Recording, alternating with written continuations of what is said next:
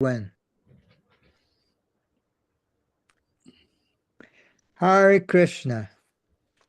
Nama Om Vishnu Padaya, Krishna Prastaya Bhutale, Srimate Bhaktivedanta, Swaminiti Namane. Namaste Saraswati Devi, Gauravani Pracharine, Nirvishesha Shunyavadi, Paschatya Deshatarine. Namo Mahabhadanaya, Krishna Prema Pradayate, Krishnaya Krishna Chaitanya Namane, Gauratashe Namaha. Namo Brahmanaya Devaya, Go Brahmanya Hitaya Cha, Jagadhitai Krishnaya, Govindaya Namo Namaha. Hare Krishna, Krishna Krishna, Hare Hare, Hare Rama, Rama Rama, Hare Hare. This morning I got a phone call from India, and it was a friend of mine, a devotee friend of mine, a godbrother, called Harikatha. Harikatha. He lives in Mayapur, and he called me because he found a very interesting, a very exciting text in the Srimad Bhagavatam, 3rd canto, 3rd chapter, verse number 27. And it goes like this. Yadaivam adyatmarata kalena bahujanmana sarvatra jatavairagya abrahma bhuvanan muni. And the translation is as follows. When a person thus engages in devotional service and self-realization for many, many years and births, when a person engages in devotional service and self-realization for many, many years and births, he becomes completely reluctant to enjoy any one of the material planets, even up to the highest planet, which is known as Brahmaloka. He becomes fully developed in consciousness. So Srila Prabhupada, at least Srila Vyasadeva, is saying that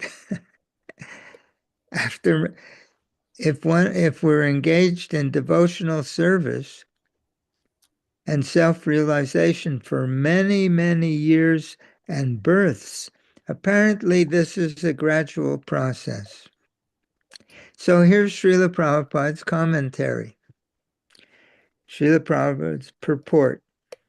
Anyone engaged in devotional service to the Supreme Personality of Godhead is known as a devotee. But there's a distinction between pure devotees and mixed devotees.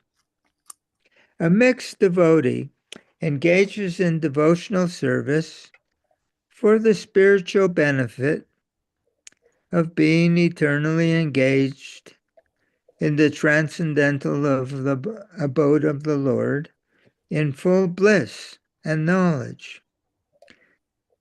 Amazing. This is Srila Prabhupada says that somebody who is engaging in devotional service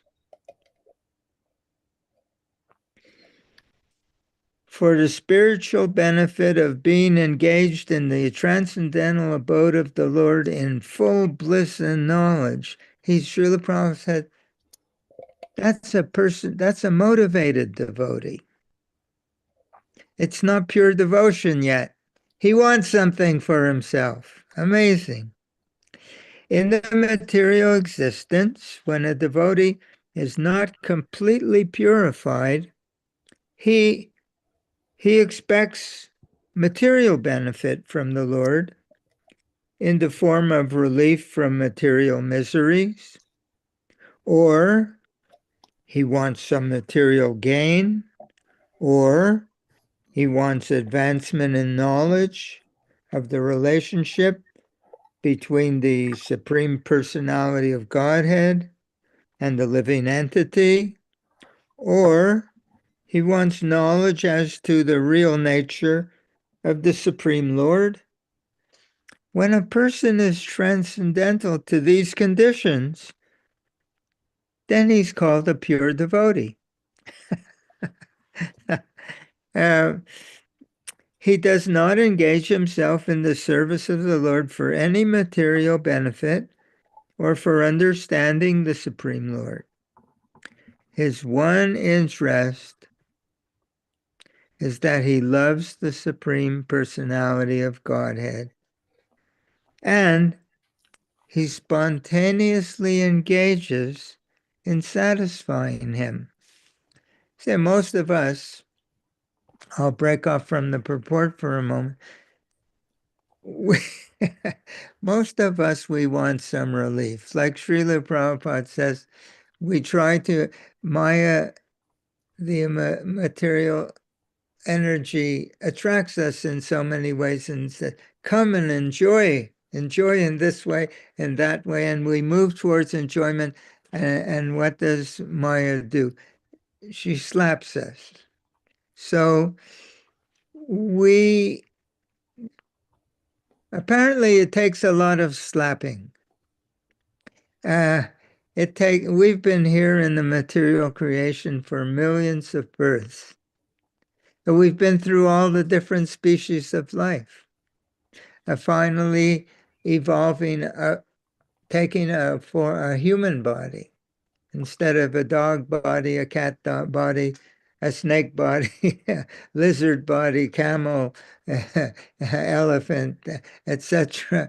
We've now got a human body, and we've been through this trying to gratify ourselves for millions of births, and now, but it's only in this form that we can understand the concept. So I'm not this body. I'm part and parcel of God, a part and parcel of Krishna. And it's when I'm looking for a word, when I resume or reawaken that relationship, that's my real nature. It's apparently we're in a minority. We're in a holding tank, just like in the material world.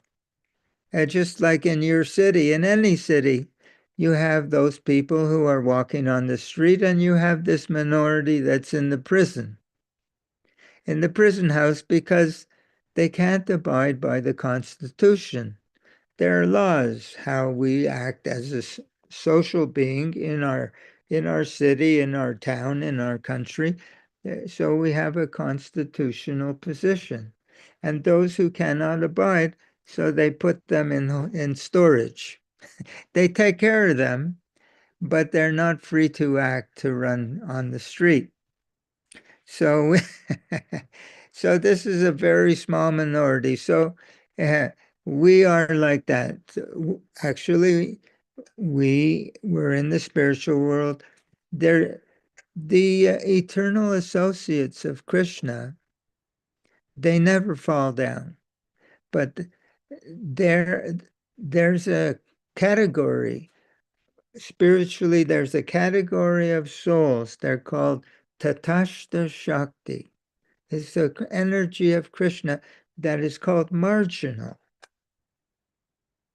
We can go either way. We can enjoy being Krishna's servant, or we can take the position, why should he be the center of everyone's attention? Why not me? So, so Krishna says, now he puts us in the material world, in the material body, in complete forgetfulness. And he says, okay, have a shot at it. Go for it in this way. And when I used to work at a job in an office, somebody put something on the notice board. They would sometimes put little jokes on the board. And one of the people put a notice of the workload was so heavy, they had efficiency experts how to get more work out of us.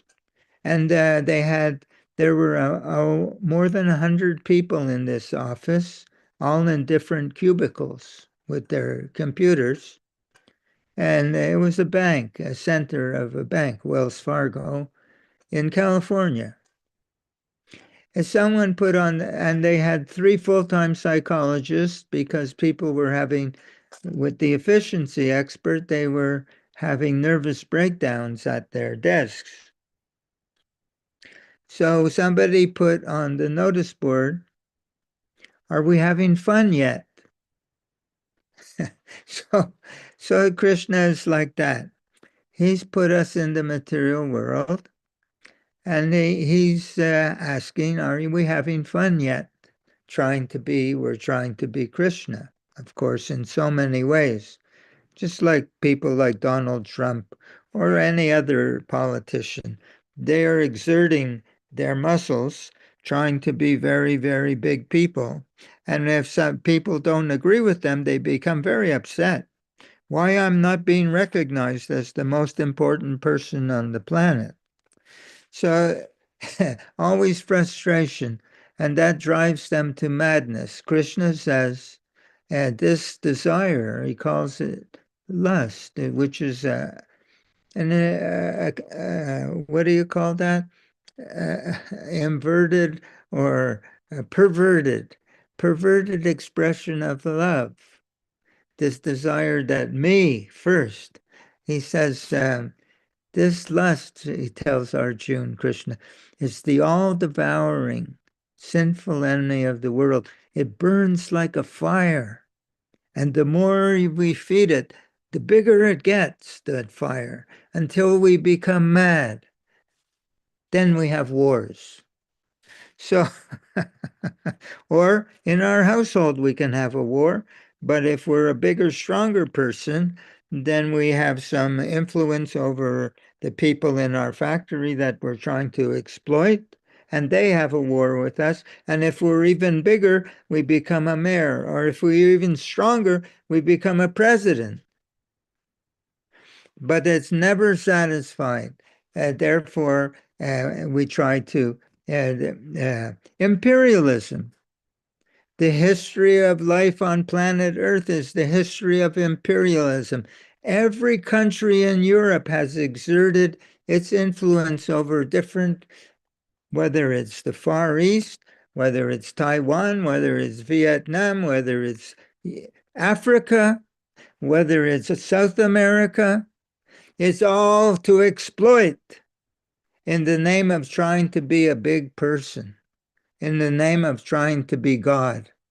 So this desire, it burns like fire. So here we are in this, in the material, we're in the prison house. It's more like an insane asylum for disoriented spirit souls. And we're all thinking, just like you go to an insane asylum and somebody says, and you say, "Who are you?" And he says, "Well, I'm Alexander the Great." Another person says, "I'm Napoleon." So in this way, we're all thinking we're very important people. And when others don't agree, we become very upset immediately. So anyway, so Srila Prabhupada says here, when a person is transcendental to these desires and conditions, he's called a real devotee. He doesn't engage himself in the service of the Lord for any material benefit. You see, people in every religion, they go to the church, they go to the temple, and they pray for health, and they pray for wealth, and they pray for success in their business, and they pray for success in their family. Then they want a beautiful wife or a good husband, or they want a better car or a better job. They're asking God to enhance. We came here to challenge God's position, and we ask God to help us to do that. Or Srila Prabhupada says they don't ask, and every religion they do, they have no idea what is. If you take the book, what did Jesus say in the Bible? Not thy will. First, Jesus, he went to fast in the desert like a great yogi. He's an acharya. He teaches by example. He goes and he fasts in the desert for 40 years, 40 days, and 40 nights. And then what happens when people do austerity? They develop power. It's a law of material nature. So the Bible says that Satan appeared to him and tempted him and said, now you can have dominion over the whole planet. You can have anything you want. And he said, forget it. Get behind me, Satan, it says. In other words, people engage in a spiritual life to enhance their material life. Yeah. So Jesus is he's showing that a devotee does not approach God or get involved in spiritual practice for enhancing material conditions. So, just like in amongst in the Muslim religion, they have what they call wazifa. Wazifa mean they say a name of God and that God has the ability to give something in return. They say, Ya Fatah. That means, oh my Lord, open the way. But they're not asking him to open the way to go to the spiritual world or to be a servant. They're asking him to open the way for their material advantage, one way or another. So, in other words, people don't understand even the purpose of religion. So that means it's not pure devotion. So Srila Prabhupada said he does not engage anymore himself in the service of the Lord for any material benefit or for understanding God. His only interest is that he loves the Supreme Personality of Godhead and he spontaneously engages in satisfying him. That's all he does. That's all he wants to do. It's not that he thinks he should, or it's not that he's doing business with God, that if I love you, you'll give me something in return. He just spontaneously falls in love with God. The Srila Prabhupada continues, the highest example of pure devotional service is that the gopis in Vrindavan. They're not interested in understanding Krishna, but their only interest is in loving him. That platform of love is the pure state of devotional service. Unless one is advanced to this pure state of devotional service, there's a tendency to desire what? Elevation to a higher material position. A mixed devotee, that's called a mixed devotee, may desire to enjoy a comfortable life on another planet with a greater span of life, such as on Brahmaloka. These are material desires. But because a mixed devotee engages in the service of the Lord, ultimately, after many, many lives of material enjoyment, he undoubtedly develops Krishna consciousness. And the symptom of this Krishna consciousness is that he's no longer interested in any sort of materially elevated life. He does not, listen to this, he does not even aspire to become a personality like Lord Brahma. If we read in the Nectar of Devotion, well, I don't have it handy, but the very first sentence in the Nectar of Devotion, the very first sentence of the very first chapter that is described what is pure devotional service, it says that there it is over there. Can I have that book? my, thank you. My technical advisor on the web ha has given me the book here, Characteristics of Pure Devotional Service, in the Srimad Bhagavatam, 3rd canto, 29th chapter, 10th verse. Lord Srila Kapila Dev, he's instructing his mother. He has given the following characteristics of pure devotional service. He says, this is the first verse. My dear mother, those who are my pure devotees and who have no desire for material benefit or for philosophical speculation, they have their minds so much engaged in my service that they are never interested. They're never interested in asking me for anything except to be engaged in that service. They love it. They want service. And then the last line is, they do not even beg to live in my abode with me. They don't even want to go back home, back to Godhead. All they want, they say, send me anywhere. Just let me have this mood in my heart of serving you. Imagine that. So the highest example is the service of the gopis in Vrindavan. There's one story like that. You may have heard that Krishna has headache, and he says, the only thing that will relieve my headache is the dust of the feet of devotee. So the devotees, they don't want to put the dust of their feet on Krishna's head because it's offensive. But when the gopis heard that the dust of their feet would the dust of their feet will cure Krishna's headache, they don't care even they go to hell. They immediately take the dust and put on Krishna's head. So this is the gopis' feeling of love for Krishna. There's no question of self-centered desire. They just want Krishna to be happy. That platform of love is the pure state of devotional service.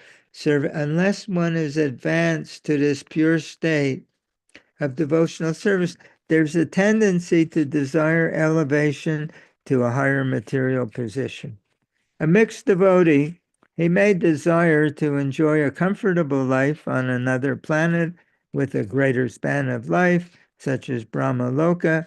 These are material desires, but because a mixed devotee engages in the service of the Lord, ultimately, after many, many lives of material enjoyment, he undoubtedly develops Krishna consciousness. So we were talking about this morning, Harikatha Prabhu and myself, and I made some notes as follows. In the spiritual world,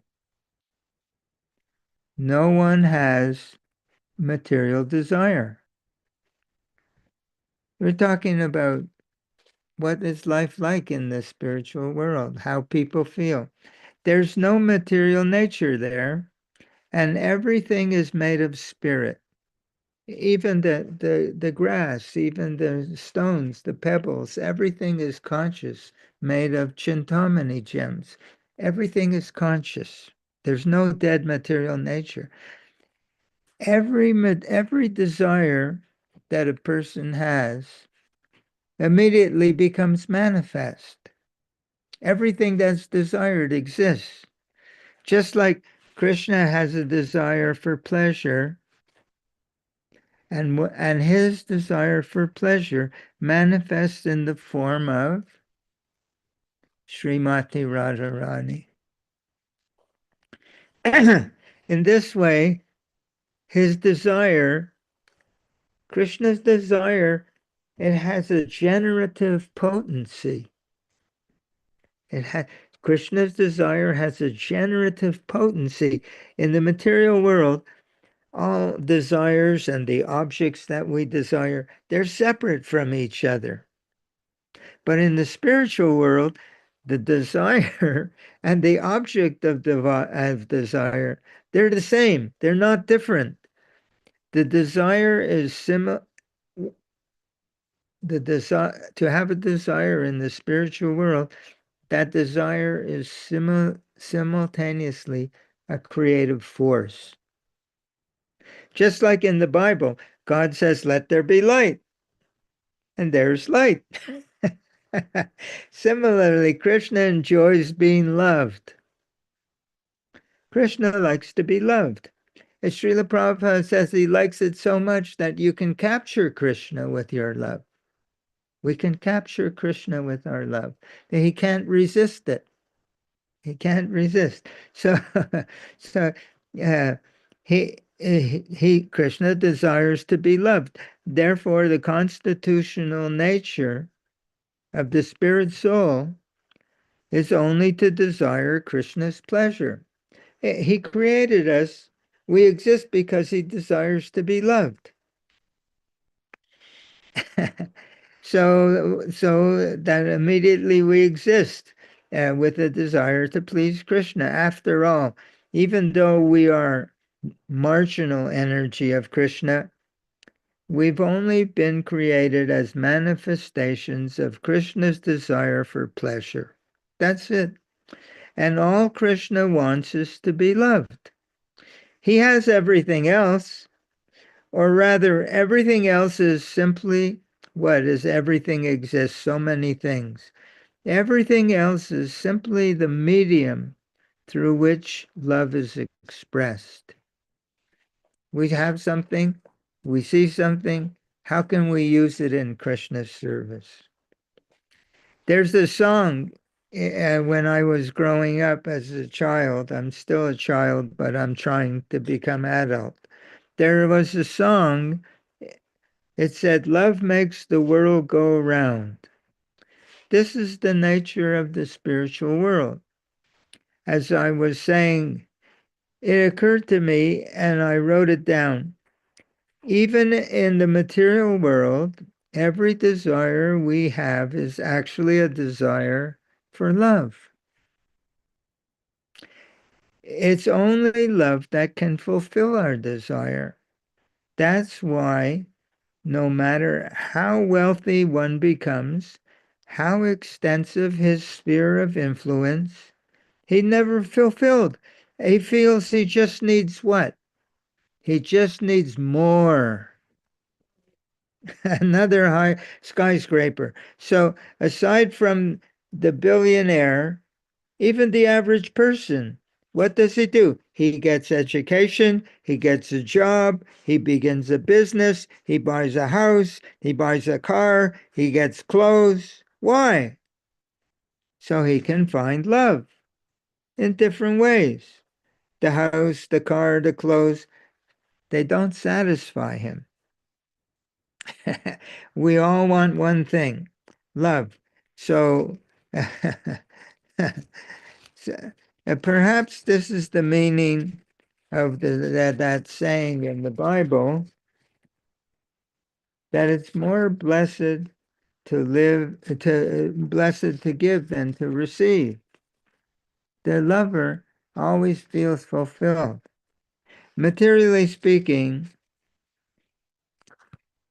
giving something creates good karma.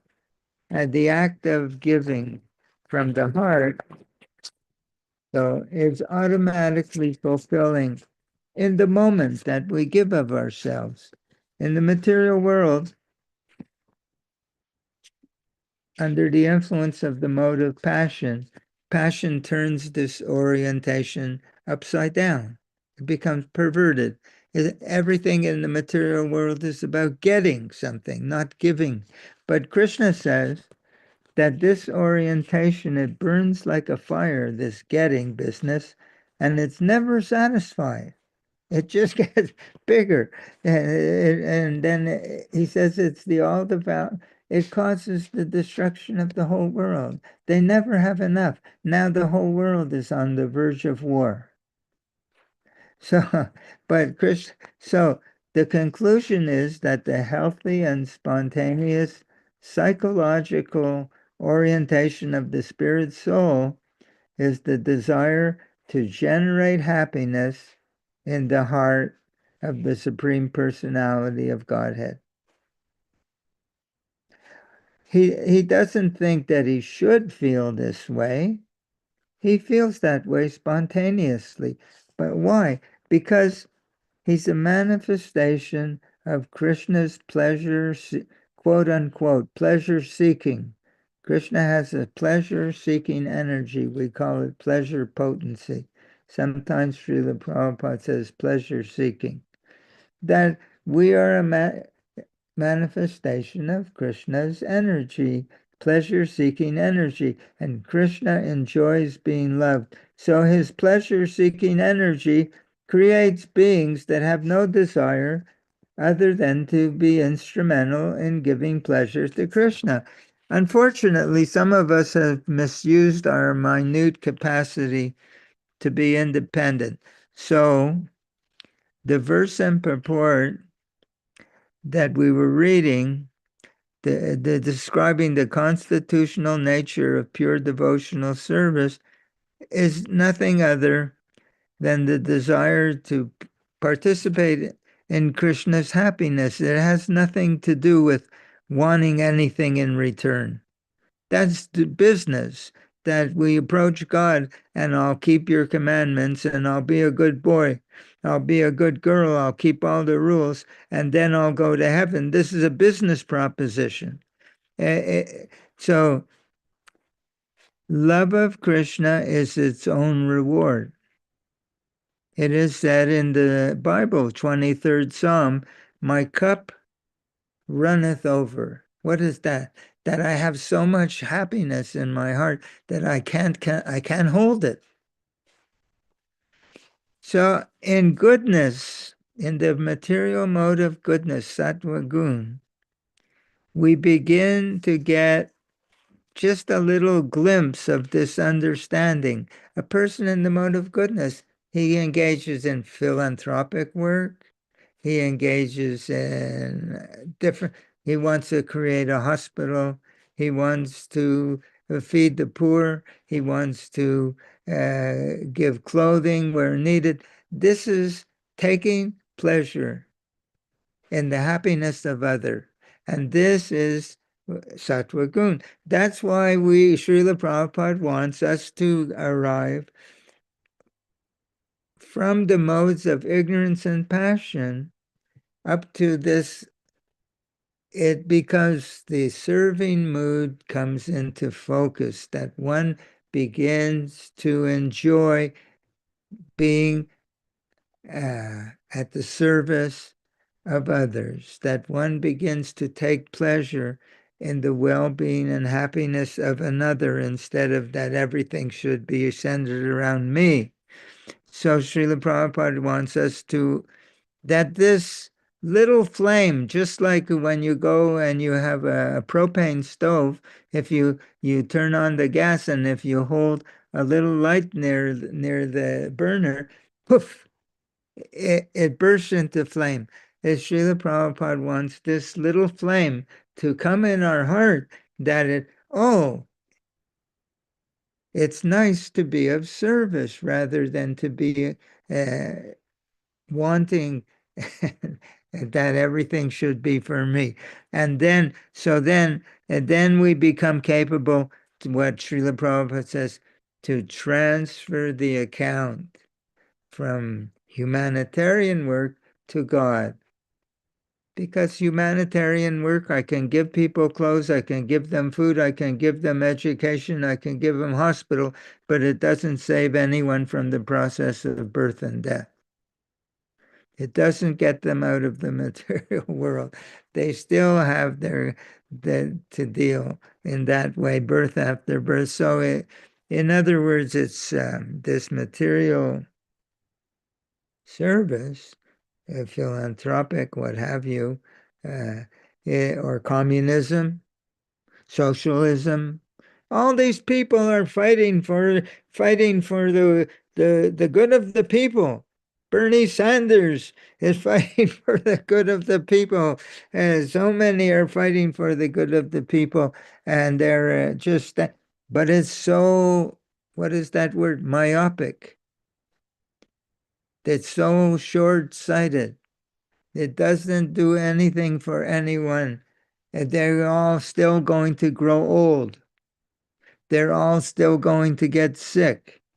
And they're all still going to die and have to come back and do it again and again, despite our hospital, despite our clothing, despite our education and everything else. So this mood of selfless, loving mood of the spirit soul, sometimes Srila Prabhupada raises the question in his talks. He says, where can this mood be acquired? Well, how can we get it? Then Srila Prabhupada becomes making joke. He says, if it can be purchased, then immediately you go to the store and purchase. So Srila Bhaktivinoda Thakur, he gives an answer to this question where it can be purchased. He says in one book, I don't have the name right here in front of me, he says, this quality of unalloyed love of Krishna, it exists solely in the heart of Krishna's pure devotee. The quality that we want to develop, to cultivate, this quality of love, unalloyed love for Krishna, it only exists in the residents of the Vaikuntha planets in the Krishna Loka. So, of course, sometimes Srila Prabhupada, they're called Shaktavesha avatars. Sometimes some of them come down to the material world to teach us, to share with us. And so then, so Srila Bhaktivinoda Thakur says, this quality of love of Krishna, Srila Prabhupada said, where you can get it, you should buy it. It only exists solely in the heart of Krishna's pure devotee, and we can only obtain it from him. And then listen to what he writes. He says it moves from the spiritual master to the disciple just as lightning moves from one cloud to another.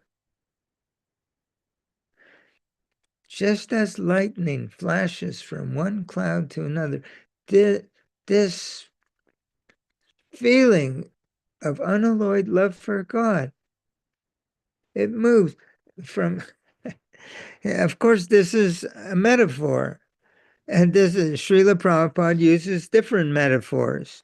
He says in Srimad Bhagavatam, in 1.5, first canto, 5th chapter, 25th verse, his first line in the purport is, listen to this, pure devotion is as much infectious in a good sense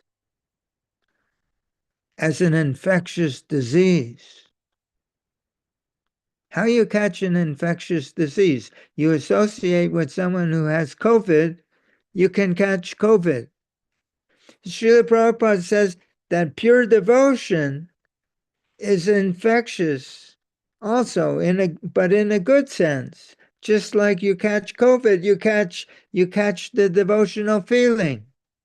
And that is the first line in the purport. And then he explains further that what does it mean to become infected with this quality of devotion in the association of a pure devotee?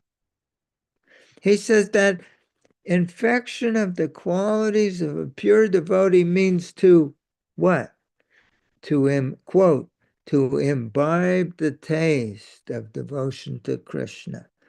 It's just like imbibe, mean you drink, to imbibe. Or another word for imbibe in the botany in the university. So I was taking botany as a child, as a young person. In botany, you put a seed in water, and that seed imbibes the water. It begins to swell with that water, and then what happens when it swells? Then it germinates. Something begins to grow. Just like Srila Prabhupada talks about a devotional creeper in the heart, it begins to grow up towards the spiritual sky, up towards the lotus feet of Krishna. So to imbibe. So Srila Prabhupada says that infection of the qualities of the pure devotee means to imbibe the taste of his devotion. So then, okay, so then similarly, when I was studying physics, we have this, you have a magnet. A magnet. What does the magnet do? It can attract another piece of iron. You put iron filings, a little dust of powder on the table, and because you can't see these lines of attraction in the midair, but if you put the iron filings on the table on a piece of paper and you put the magnet there, you'll see all the iron filings lining up in beautiful curved way along these lines of force. So when you take that magnet and you put near it another piece of iron, and that is the same size but it has no charge, what happens? It's called induction. It induces the same charge in the other piece of iron. So by association with a pure devotee, it will induce in our hearts a devotional feeling. And there's no other way to get it. So this is our scripture. So, so where was I? Yeah. So this process is called induction. The piece that has the charge induces the same charge in the neutral piece. Hence, in other words, the need of an intimate association with Krishna's pure devotee. Now I go to the Bible. Of course, the Christians don't understand the Bible, but Jesus is not saying, asking for anything. He says, not what I want, but what you want, God. Not my, because he's a pure devotee, he can understand what's in front of him. He sees the whole thing. And he says, I'm really not attracted to this, he tells. It's in the Bible. He says, but not my will, but thy will. Whatever you want. Use me in any way you like. So, so uh, uh, he says, so Jesus says, there's no way to reach the Father except through me. He's a pure devotee. He said, there's no way to develop this loving feeling of spontaneous love for Krishna except by associating with a pure devotee. So we sing every way, every day. Yeah, Shri Guru Charana Padma. What is that? A translation? The lotus feet of our spiritual master. It's the only way by which we can attain this pure devotional service. It's from him that this quality, this energy of Krishna prema emanates. It's in the same song. Prema bhakti hoite avidya vinashayate. Say that from him, just like from the sun planet, this heat and light emanates and spreads throughout the whole creation.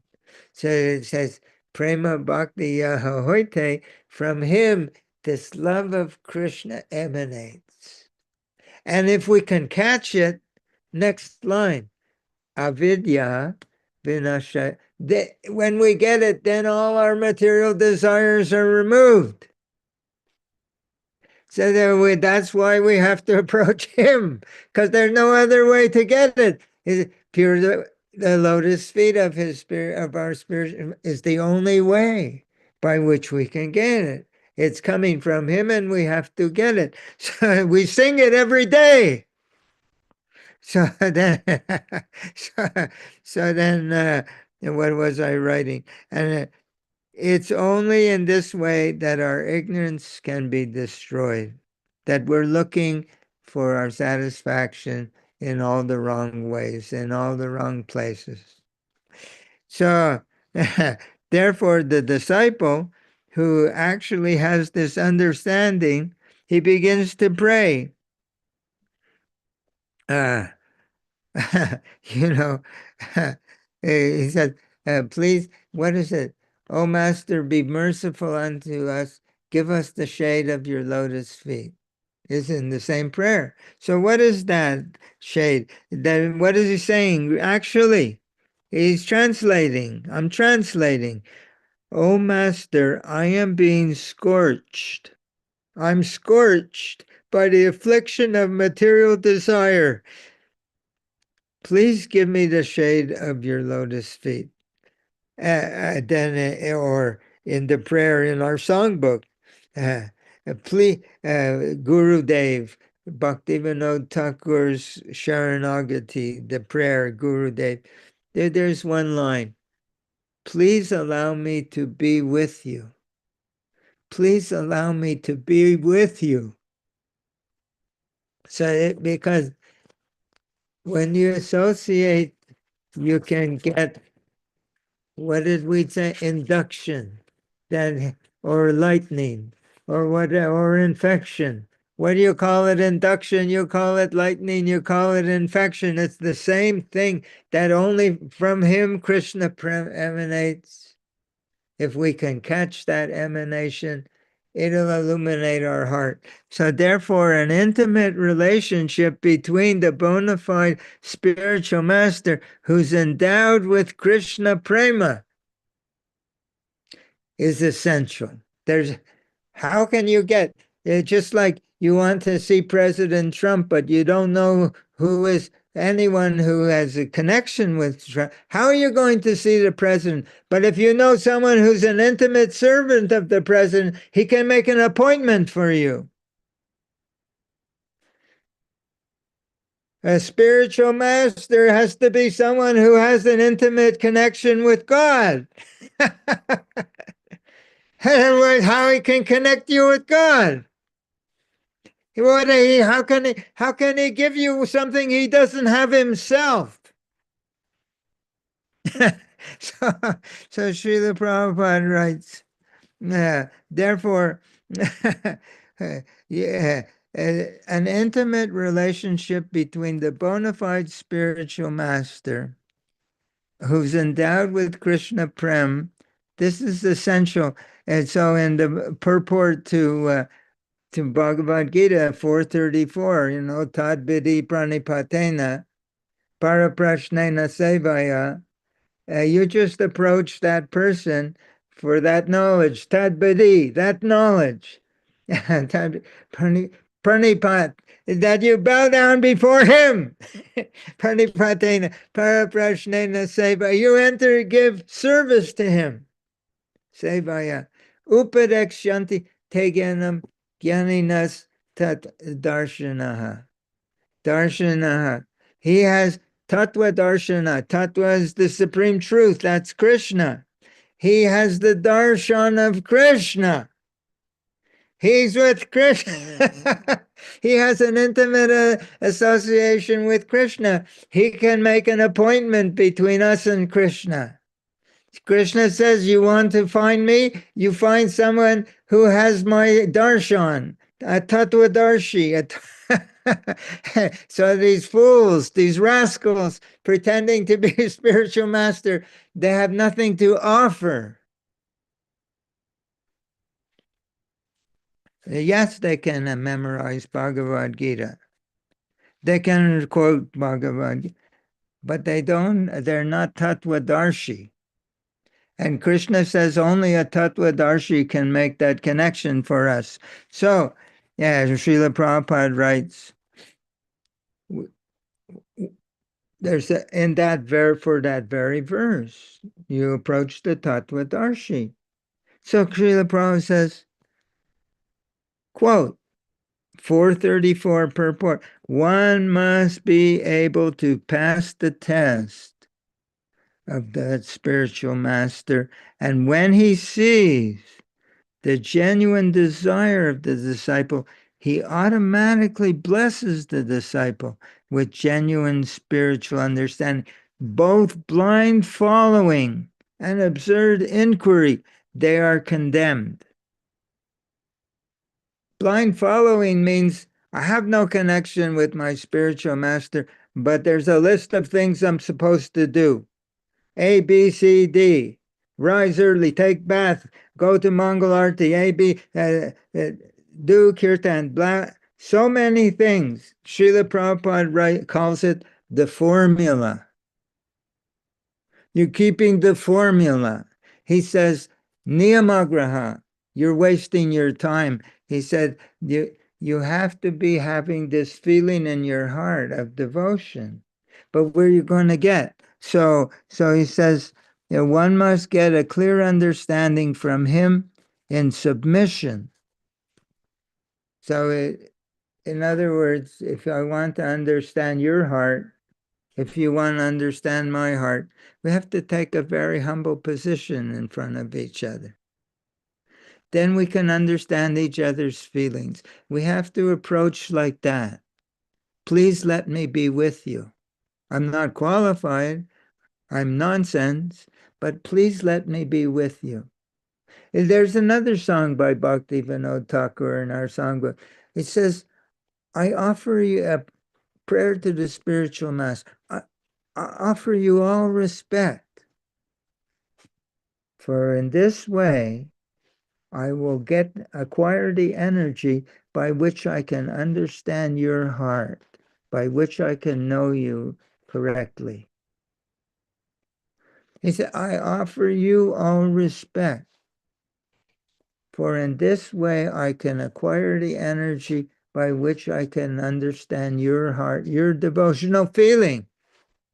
Then by chanting the holy name, in great ecstasy, all my offenses will cease. The same message as from him Krishna Prem emanates, and if we can catch it, our ignorance is destroyed. And then we can have love of God. So he said, to pass the test means that the cultivation of Krishna consciousness, it's not a mechanical process of being obedient. Obedience has to be there, of course, as much as we're possibly capable. The cultivation is based on a personal relationship between the disciple and the empowered spiritual master. The bona fide spiritual master, he's charged with the quality of pure devotional service. He has the power to induce the same charge of devotion in our steel frame heart. And in order to receive this mercy, we have to quote, pass the test. And the test is that we show him that we want this mercy more than anything else in the world. Therefore, Srila Narottam Das praise and glorifies the position of the bona fide spiritual master.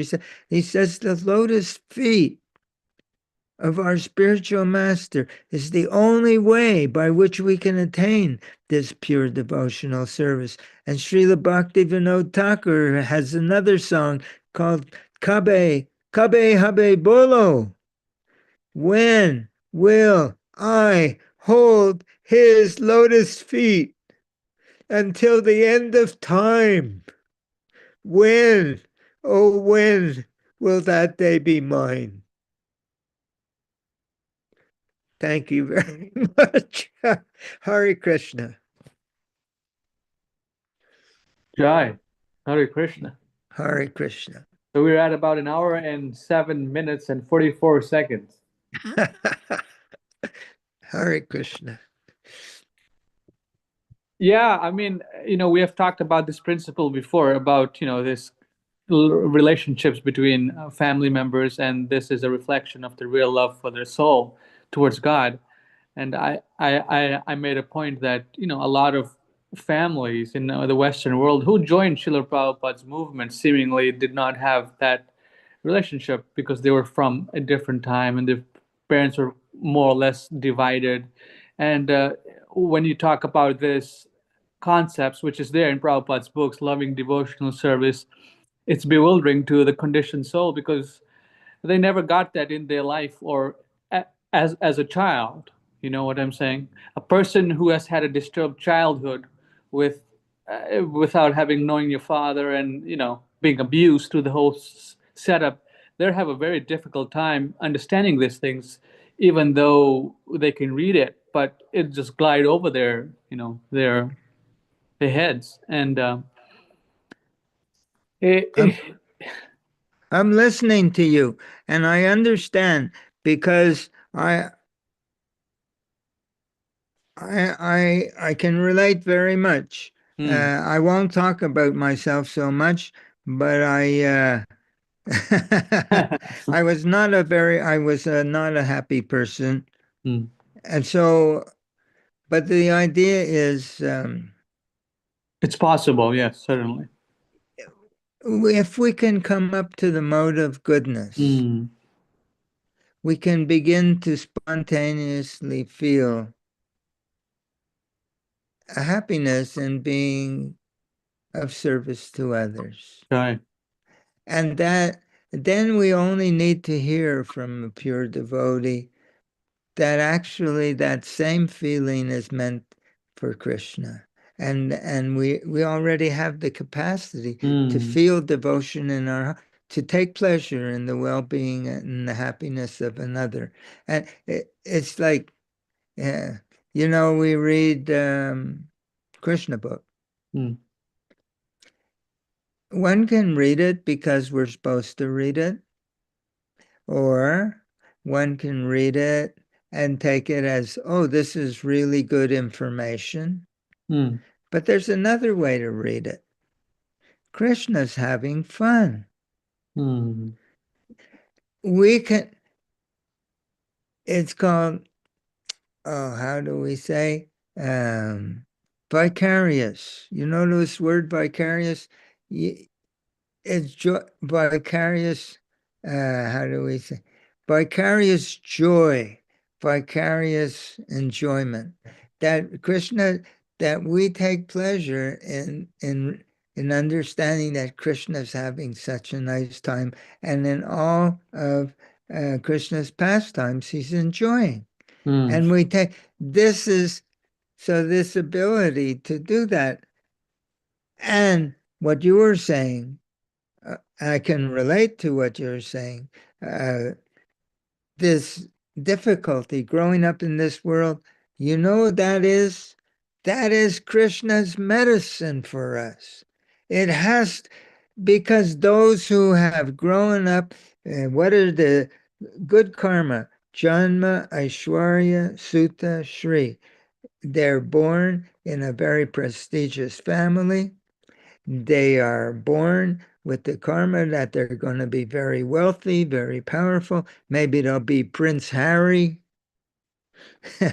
Maybe they'll be born John Karma Sutta. They'll be born with a big brain. Maybe they'll be a scientist. Maybe they'll be get a recognition and Nobel Prize for their scientific discoveries. Sutta, education, and Shri, very beautiful. Become Miss America. Become a movie star. Become a motor has These people they're disqualified. They don't become devotees. They think they have it made. they're those people, but who becomes, therefore Queen Kunti prays, Akinchana Gochara. Akinchana Gochara, I mean, she says, keep us, my sons are supposed to be the kings of the whole world, and everything, and now they're living in the forest, and everything is taken away from them. Everything, they're trying to kill them, and even they tried to kill Queen Kunti, that they tried to burn them all alive in a house made of chemicals, shellac. He said, keep us in this position because it makes us turn to you. Makes us understand, because any material opulence is intoxicating. Even in the Society of the International Society for Krishna Consciousness, who became the biggest offenders to Srila Prabhupada? The leaders, those who had more power, those who had more brain, those who had more charisma. They all couldn't wait. Why, Srila Prabhupada hadn't even disappeared yet. They were having meetings, how to divide it up, and they could rule. So it's the most humble one, is the most one who's under the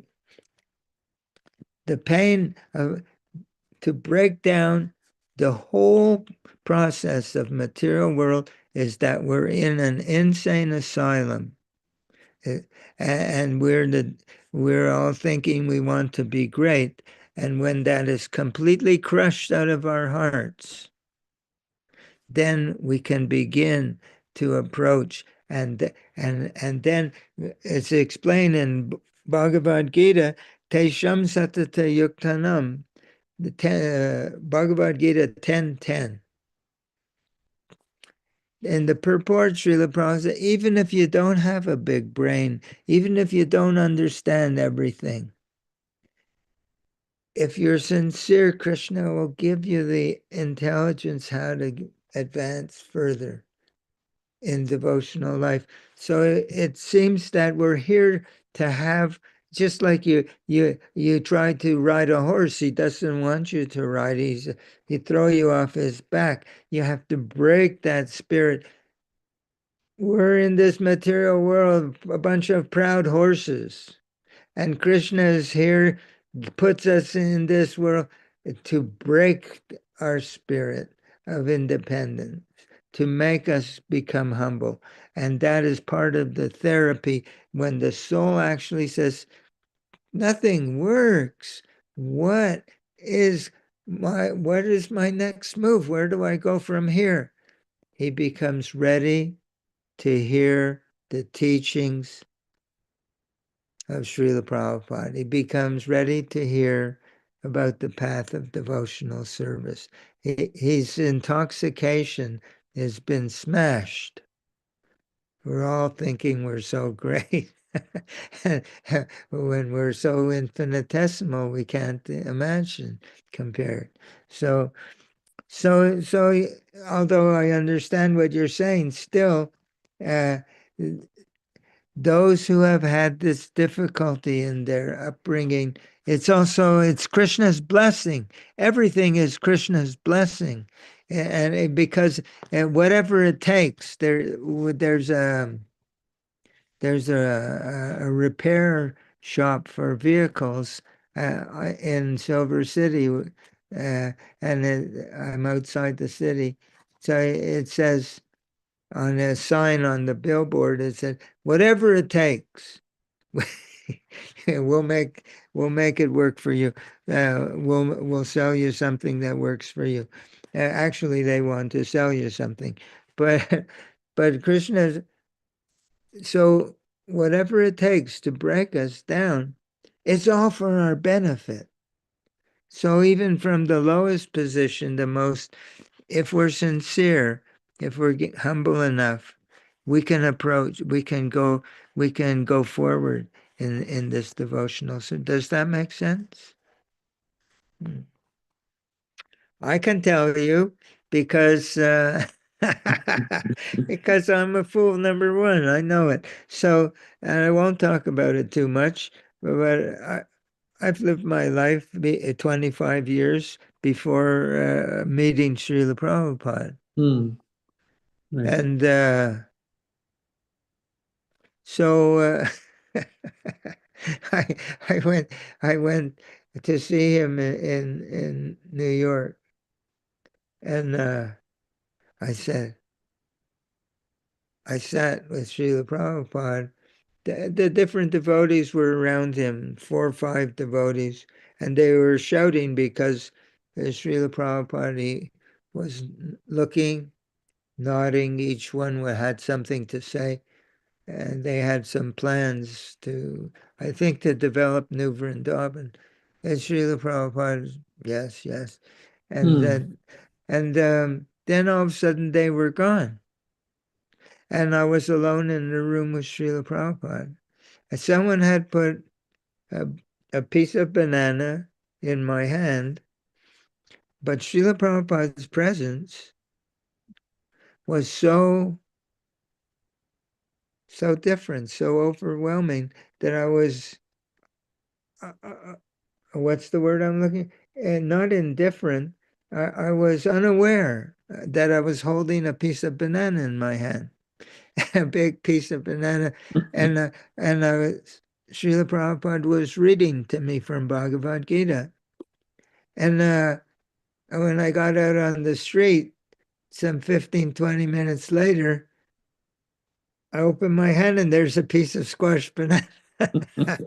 That's a, and his energy was so beautiful. It was like being in another dimension. So eh, so I said to my wife at the time, I'm going to get initiated. And she said, but he says that God is blue. God is So, blue. yeah.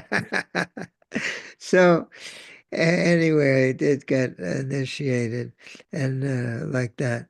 But but actually, yeah, I was crazy already. I didn't couldn't live with myself.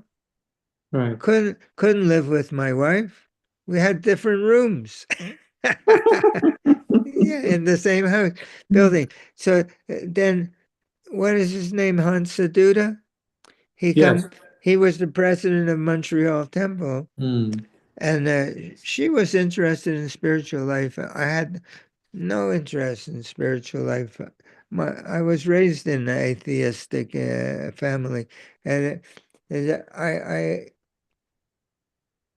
I took up sciences in the university, that biophysics, biochemistry, physiological psychology, you name it, genetics, on and on, anatomy, you name it. You were And trying to figure it out, huh? yeah, and I went to my teacher one day, I took LSD. I went to his office. And he said, you know what he said? We just make things up, huh? Yeah, we don't know anything. We make all this stuff up. So then I quit school. I said, where am I going to turn now? So I was running a rooming house Yes.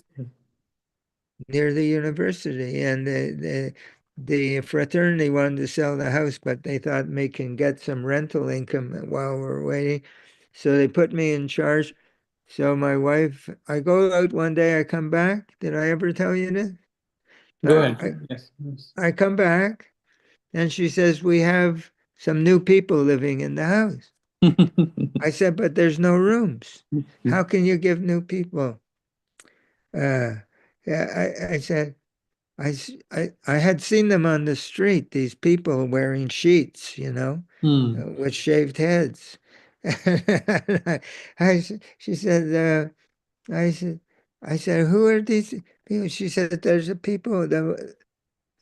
president from the. I said, you let those people in this house? I said, but we have no room. She said, well, I give him my room, she said. I said, you give him your room? Where are you going to stay? She said, well, I'll move in with you again. I said, what? I said, I said, I said, well, how much you charge him? She said they didn't have any money. I give them for free. I said, you give them for free. So, so, but then, you know, he would give me, his wife would make sweets and Hemavati was there? yeah, She was there. and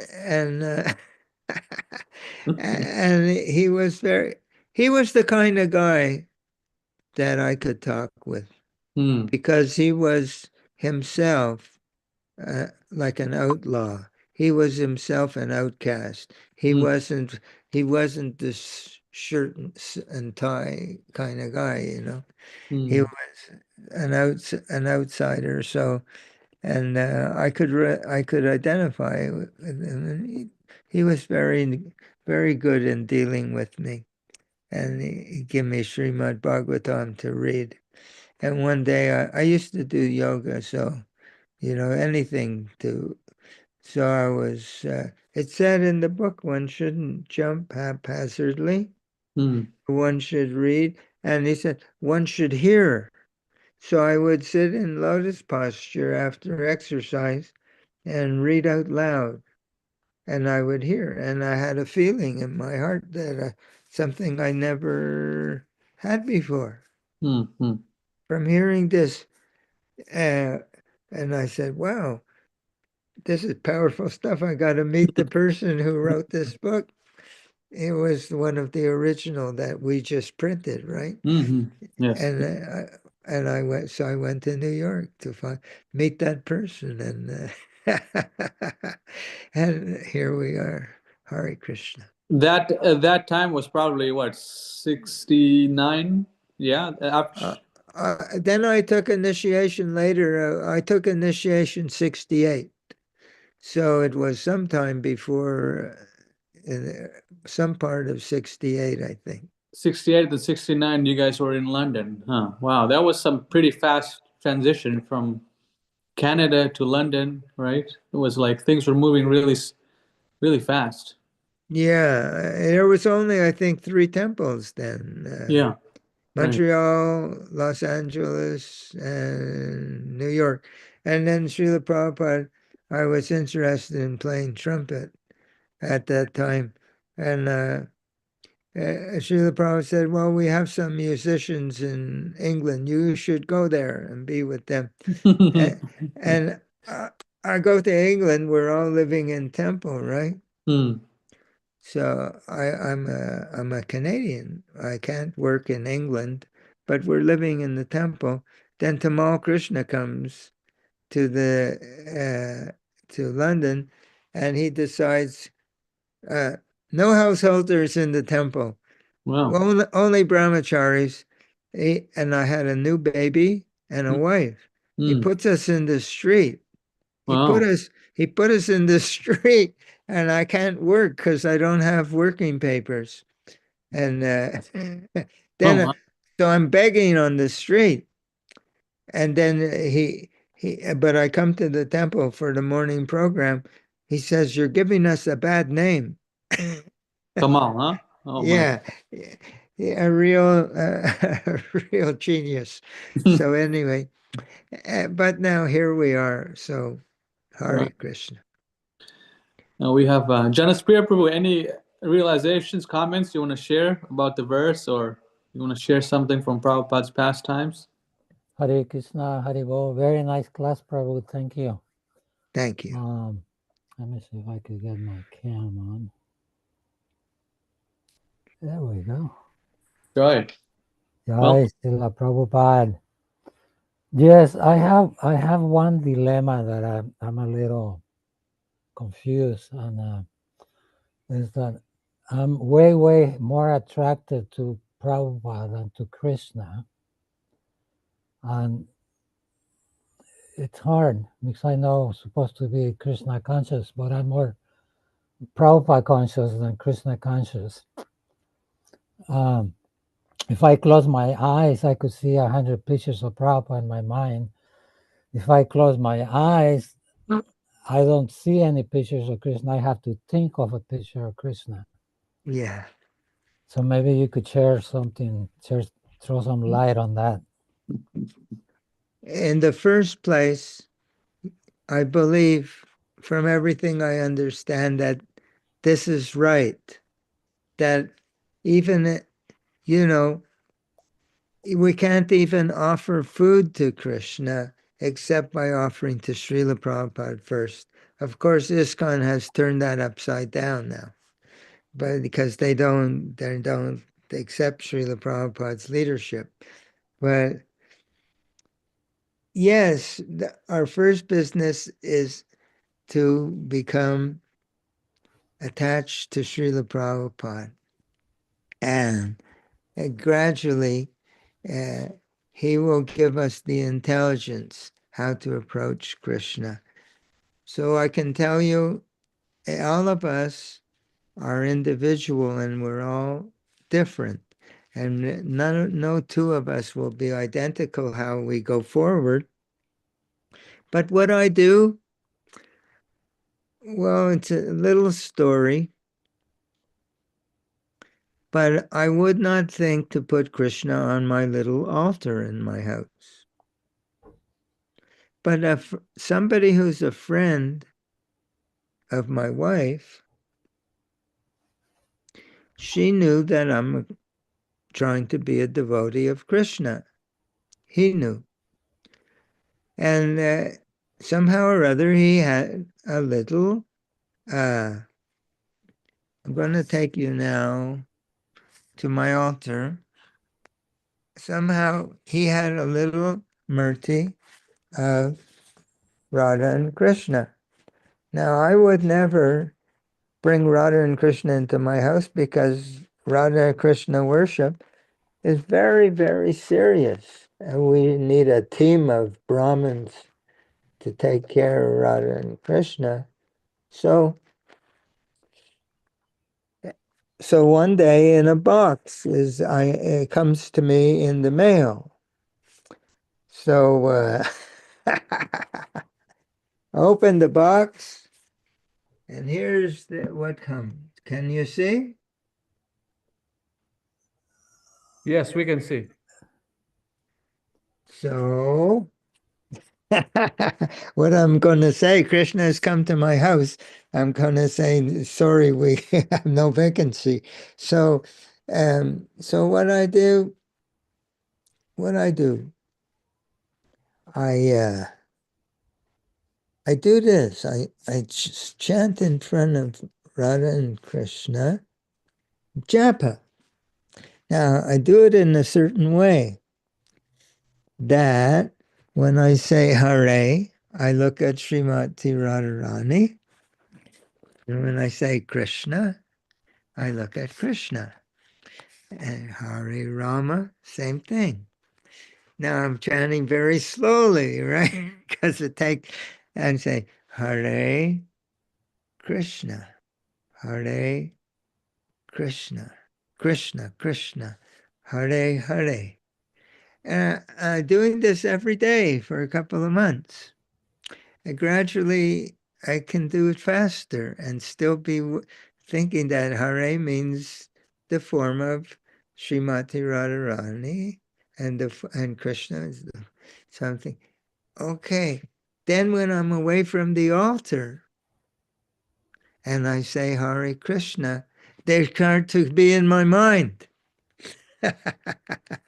They start to be in my mind.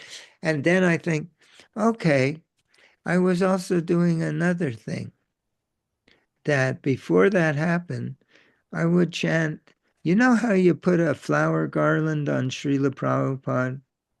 Yeah, I'm sure you understand what I mean. I was chanting japa, that I'm putting a garland of the holy name around Srila Prabhupada. That's the way I would do my japa every day. Hare Krishna, Krishna Krishna, Hare Hare. Hare Rama, Rama Rama, Hare Hare. And I would feel that Srila Prabhupada likes this. I could feel his pleasure. I said, oh, now I'm chanting Hare Krishna in the association of a pure devotee. So, every day, first round or two, a little bit numb because I'm not so bright. Then it comes back that, oh yeah, I'm chanting. For Srila, I don't have this knowledge of the holy name, but Srila Prabhupada loves the sound of the holy. I surround him. I chant at his lotus feet, and I can feel his pleasure. I can feel his pleasure in my heart. So, so then I thought, well, why not chant for my Radha and Krishna and share that with Srila Prabhupada? I'm chanting Hare Krishna Japa, and the picture of Radha and Krishna in my mind, I'm looking at them on the altar, but I'm sharing that with Srila Prabhupada, and he likes it. So now I'm chanting Hare Krishna, and I'm aware of Krishna, and I'm aware of Srila Prabhupada at the same time. And hey, you know what it says? There's a book called Sri Harinam Chintamani by Srila Bhaktivinoda Thakur. And you know what he says? Haridas Thakur, who's the Namacharya, is telling us how to chant Hare Krishna. He's telling, Lord Chaitanya is asking Haridas Thakur questions, and Haridas Thakur is saying, well, when you chant Hare Krishna, you should be always simultaneously thinking of Krishna and your spiritual master. You think of your guru and you think of Krishna at the same time. So now I'm doing that. I'm chanting Hare Krishna and sharing the vision of Krishna with Srila Prabhupada. There's no there, and now I can do that without being in front of my altar. I can do that while I'm digging a ditch on the property or using my chainsaw to cut some firewood. In other words, our sadhana is a kind of training program, and then it becomes part of us. So we can organize our sadhana in such a way that we start to, how do we say, cultivate these things in these aspects in our own heart. If we chant in front of so Srila Prabhupada used to say, nobody should be outside. Why? There are letters like that I have on my computer. Why are you going outside to chant Hare? You should be chanting in front of the altar. Hare Krishna, Krishna Krishna, Hare Hare, Hare Rama, Rama Rama, Hare Hare. And it's going in, it's going in, it's going in. So when you say Krishna, you see Krishna. You don't have to do that. It's just, I'm just telling you what I did, but it works for me. But it gives me ammunition. It gives me something that I have to share with Srila Prabhupada. And then another few months go by, and I say, the Srila Prabhupada wants the whole world should be Krishna conscious, not just me. So what I do? I used to do this a couple of years ago, well, even that I would chant. I'm in the forest. I chant for all the trees in the forest. They should all become happy in Krishna consciousness. Then I would do that with Srila Prabhupada. I'd sit in front of a little murti of Srila Prabhupada, and I say, we're going to make the whole world Krishna conscious, the whole universe. And Srila Prabhupada loves that. He loves that we acquire that attitude. Yeah, but I want to feel Srila Prabhupada's presence. So I try to find things that Srila Prabhupada likes. So he likes when I have this attitude. So I try to share this attitude with Srila Prabhupada that we're making the whole universe filled with the holy name. Because Srila Prabhupada likes it and I can feel his bliss. So, so in order to get the association with Srila Prabhupada, I have to bring him things that he likes. I could bring him a plate of boga, but he really, what he really likes is that he wants to see that we're really developing Krishna consciousness. I heard one lecture he said where Srila Prabhupada said, when the spiritual master sees that we're developing an attachment to Lord Chaitanya, he's very, very happy and pleased.